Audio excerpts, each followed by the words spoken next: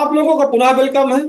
और मैं बताना चाहता हूं कि एक वेबसाइट के बनाने के लिए एसेंशियल स्टेप क्या होते हैं, यानी जरूरी स्टेप क्या होते हैं, ये आप लोग जान लीजिए। क्योंकि जैसा मैंने कहा कि कंफ्यूजन रहता है लोगों को, आखिर वेबसाइट में किस विषय में बनाऊं। बहुत सारे स्टूडेंट ऐसे हैं, मैं देखा हूं कि महीनों महीनों भर सोचते रहते हैं ताकि उन्हें वेबसाइट किस निश पे बनाना चाहिए, किस चीज की मतलब किस टाइप की वेबसाइट बनाना चाहिए, किसके लिए वेबसाइट बनाना चाहिए, यही चीज फाइनल नहीं कर पाते हैं। तो आपको हम इस वीडियो में बताने वाले हैं। तो ध्यान दीजिए, सबसे पहले ध्यान दीजिए, जब आप वेबसाइट बनाते हैं तो सबसे पहले ये क्लियर हो जाना चाहिए कि आपका वेबसाइट बनाने का आखिर पर्पज क्या है। यानी आपका पर्पज क्या है, आप वेबसाइट के क्यों बनाना चाहते हैं। इसके बाद जब आपका पर्पज फाइनल हो जाता है तो आपको रिसर्च करना पड़ता है। आपको देखना यह है कि जो आप वेबसाइट बनाने वाले हैं उस टाइप की वेबसाइट लोग किस प्रकार से बना रहे हैं, यानी जिस सब्जेक्ट में, जिस बिजनेस के लिए, जिस काम के लिए आप वेबसाइट बना रहे हैं, तो उस टाइप की वेबसाइट लोग किस टाइप से बनाए हैं उसके बारे में आपको गूगल में जाकर के रिसर्च करना पड़ेगा। जैसे मान लीजिए आप ई कॉमर्स वेबसाइट बनाना चाहते हैं, तो आप क्या करेंगे, गूगल में जाकर सर्च करेंगे बेस्ट ई कॉमर्स वेबसाइटें, इतना आप डालेंगे, गूगल में बहुत सारी वेबसाइटें आ जाएगी। तो वहां से आपको रिसर्च करना है कि आखिर जो आप वेबसाइट बनाने वाले हैं उसका रूपरेखा किस टाइप का होना चाहिए। मान लीजिए आप एलआईसी एजेंट के लिए वेबसाइट बनाना चाहते हैं, डॉक्टर के लिए बनाना चाहते हैं, ये जिसके लिए भी बनाना चाहते हैं, तो वो आपको पहले गूगल में रिसर्च करना है। देखना है कि आपकी वेबसाइट जिस टाइप की बन रही है तो लोगों ने किस टाइप से बनाया है। कम से कम 5 कंपटीटर वेबसाइटों में 5 वेबसाइटों को विजिट करना है और देखना है, ताकि आपको आइडिया मिल जाए कि हमें कुछ इस टाइप की वेबसाइट बनाना है। ठीक है ना। इसके बाद जब आप रिसर्च कर लेते हैं तो फिर आपको प्लानिंग करना होता है। प्लानिंग ये करना होता है कि आपको जिसका जिसकी वेबसाइट आपने देखा है उसका आपको डुप्लीकेट नहीं करना है, किसी भी ब्रांड का आपको कॉपी नहीं करना है। आपको खुद का माइंड लगा करके अपनी वेबसाइट को बनाना है।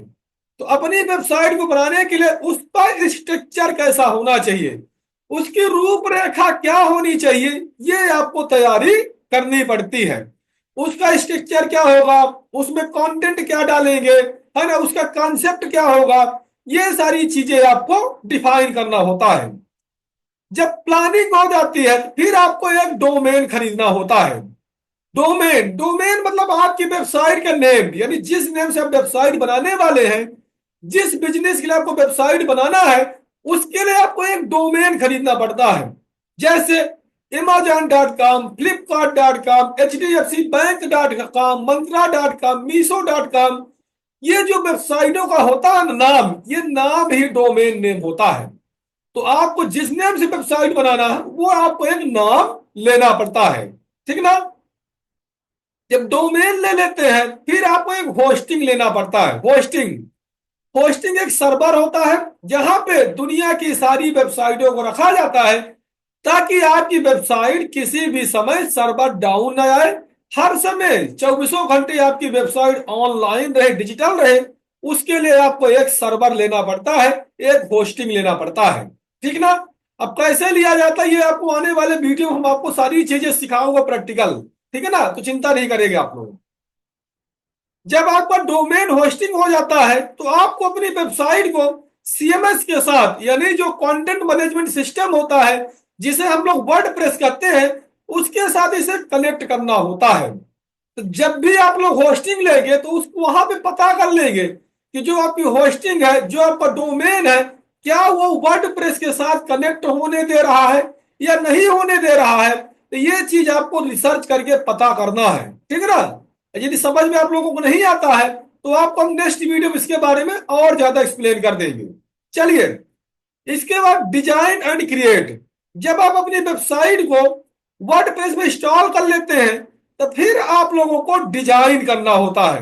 क्या करना होता है, अपनी वेबसाइट को डिजाइन करना होता है। तो ध्यान दीजिए, जब आपकी वेबसाइट वर्डप्रेस के साथ कनेक्ट हो जाती है तो फिर आपको उसी वर्डप्रेस का यूज करके अपनी वेबसाइट को डिजाइन करना होता है।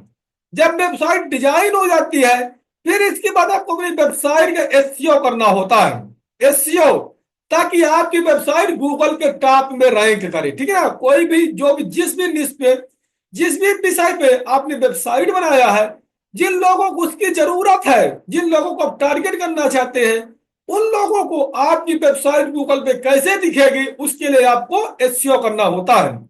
एसईओ करने के बाद जो आपने उसमें कंटेंट डाला है उसकी मार्केटिंग करना होता है, फिर उसका अपन को एनालिटिक्स करना होता है। ठीक है ना, तो एक वेबसाइट को बनाने के लिए इन 10 चीजों को आपको ध्यान रखना होता है।